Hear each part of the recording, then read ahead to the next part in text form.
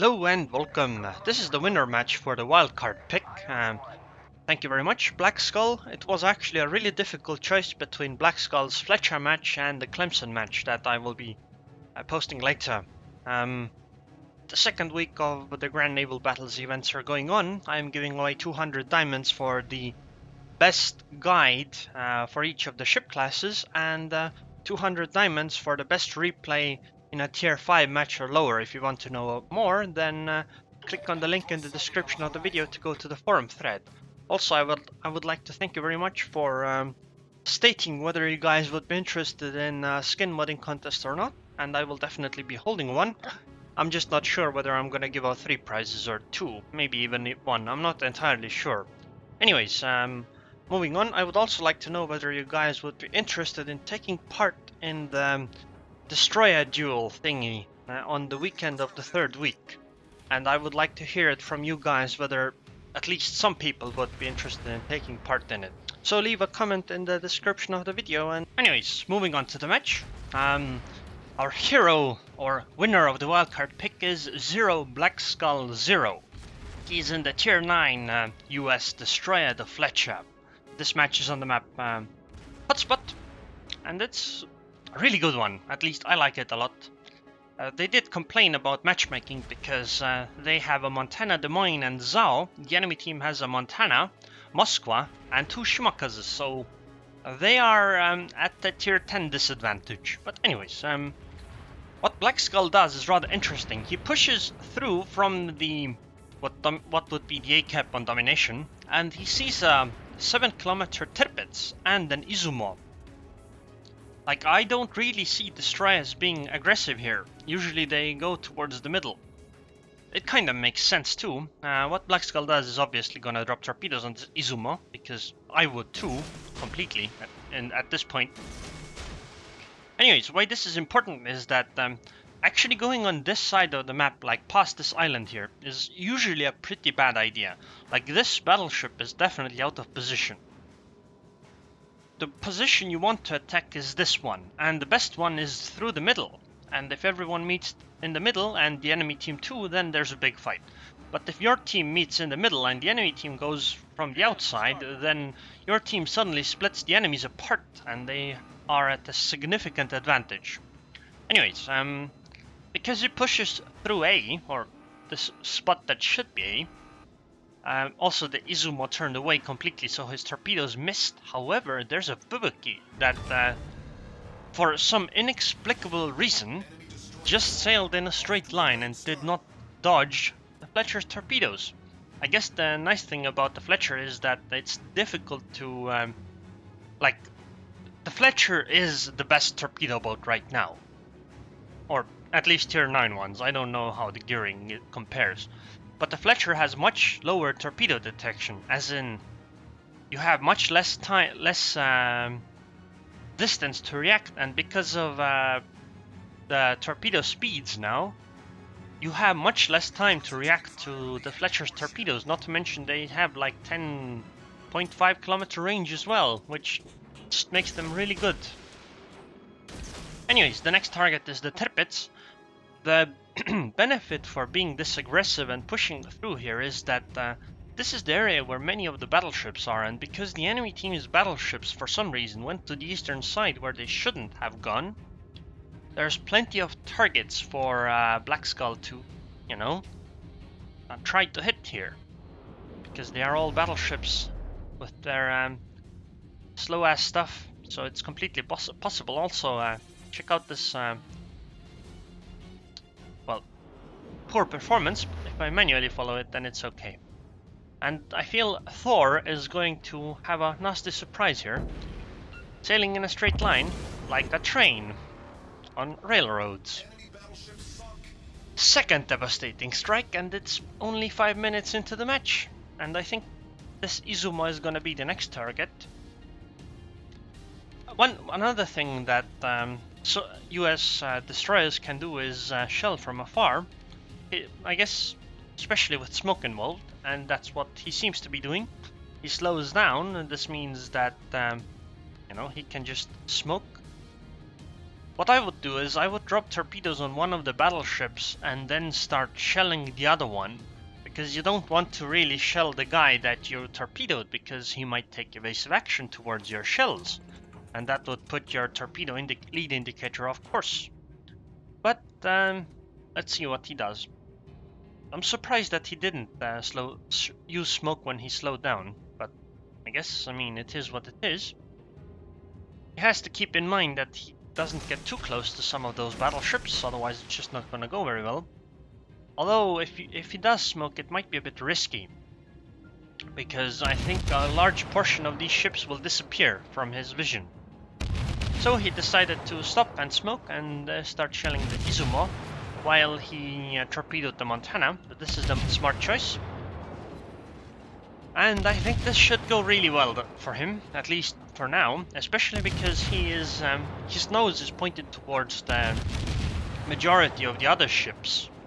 So this means that he doesn't have to be afraid of being like torpedoed by the Kutuzov or something like that.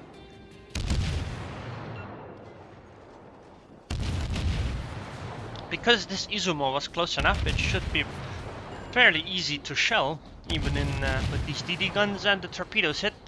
And wow, 6 torpedo hits on the Montana.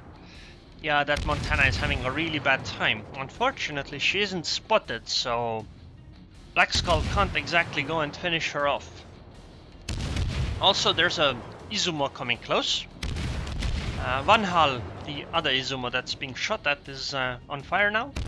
That is some excellent news, and it seems Vanhal does not have damage control party, or at least is refusing to use it, which usually means that he shouldn't have it. BlackSkull's torpedoes are up in a moment, so he can torpedo this friendly, or sorry, not friendly, this Izumo that's really close by and coming closer, because it is kind of a threat. Now, if the Izumo player was smart, he would realize that something is going up and probably torpedoes are involved, because the Fletcher just stopped shooting. But apparently he didn't care, so he just ate all of the torpedoes. And a third devastating strike. And wait, are those torpedoes just gonna reach the Amagi as well? Wow, and well, fire took out the Izumo that he had shot earlier and set on fire, and this same torpedo salvo is gonna hit Yamagi and probably kill it too, right? Oh my god! Wow! Wow! 1 torpedo salvo, 2 kills, and he got a double strike from the fire that he set earlier. Damn! Oh my god! Wow! And by the way, the Montana is still up there in that direction, and she's low HP, and mostly she's low HP because of BlackSkull's torpedoes. Okay, someone finished off the Kutuzov. That's fine. To be fair, I feel like BlackSkull's team is winning rather handily. The enemy team only has the Shimakazes and that 1 Montana left. And it's 9 minutes into the match. 9 minutes into the match. Wow, this is ridiculous. At this point, I think I would just really shell the Montana with the Fletcher guns. I just don't see like, there's only 1 ship that's really a threat, and that's the Montana. And what's the Montana gonna do? I mean, you know that, like, you're paying attention to the Montana. It's not gonna be a sudden unexpected salvo from the Montana, so you can react to it, and at this range the Montana can't really do much back. Not to mention you are actually outside of the detection range while you fire, so it's not like the Montana even can shoot back at you. Also, I would like to mention, for those who don't read comments, you know, in one of the videos, it was the Sims video, where I didn't understand how he could fire while he was looking around. Essentially, if you hold down the right mouse button, your guns will be pointing the same spot, and you can fire without any issues. Also, the Montana is dead. Unfortunately, BlackSkull didn't get the kill, but there are still 2 DDs left, so hunt those. Although, let's be fair. Wow, that Des Moines is mad. Can't hold all this awesome of his teammate, so time to torpedo him back. Die the mine, die. Anyways, that's just some friendly stuff between division mates. The thing is that if he leaves the cap in the Fletcher, then their team isn't actually that close to their own cap. So if by some miracle it happened that the enemy Shimakaze is near their cap, it could become rather dangerous. But it should be fine because BlackSkull decided not to leave the cap to chase the two Shimakazes down. Although, to be fair, I think it would have been fine to do so because I don't think the Shimakazes are anywhere near the enemy cap. They are most likely in the northeastern corner somewhere here, as you could see by those torpedoes there. But BlackSkull goes for the cap smartly. Unfortunately, it's standard battle, so it's not quite the same. And they're just gonna shoot each other. Okay, not really. But if BlackSkull had torpedoes, or sorry, if BlackSkull were strangers, he would sail right next to you and then torpedo you. And you wouldn't know whether those torpedoes could or couldn't arm. But anyways, this game's over, and BlackSkull did incredibly well. The game only lasted 12 minutes, and he did so much in that time. Not to mention most of it has been, or not most, but a lot of it has been on the capping. So really, this was such an amazing result. A really swift victory. And considering the time the match only lasted, this was a crazy result.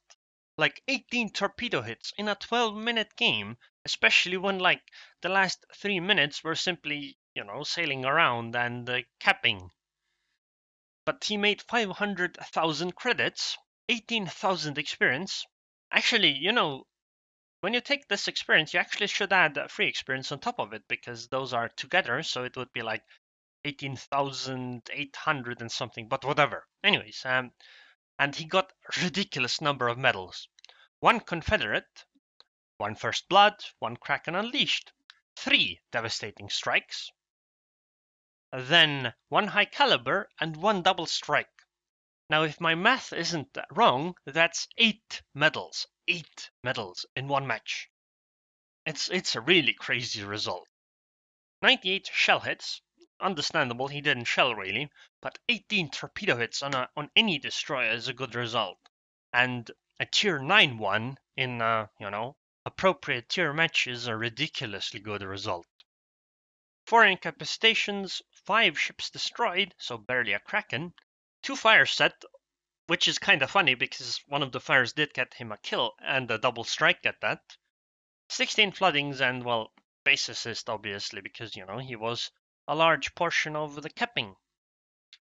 In the teams panel, actually he only got 2,659 experience, but that's because his team also played well, so they also got a large chunk of the experience.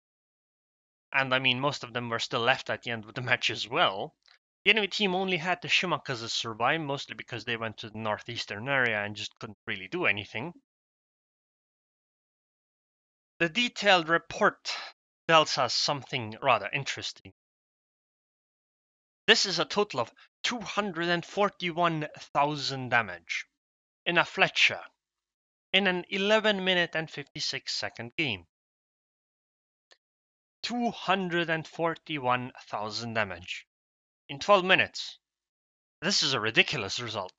Like, people talk about how carriers are really great, but this is something carriers can't do because carriers need time to work, but DDs do not. DDs just need, enemies to railroad and not expect the DD to torpedo them. A good reason why this went so smoothly for him was because he was really aggressive at the start, and he got into a position you don't expect the DD to be in. So, and because there were so many battleships around there, he could pick a good target, the one he wished, and that's why it worked out really well for him.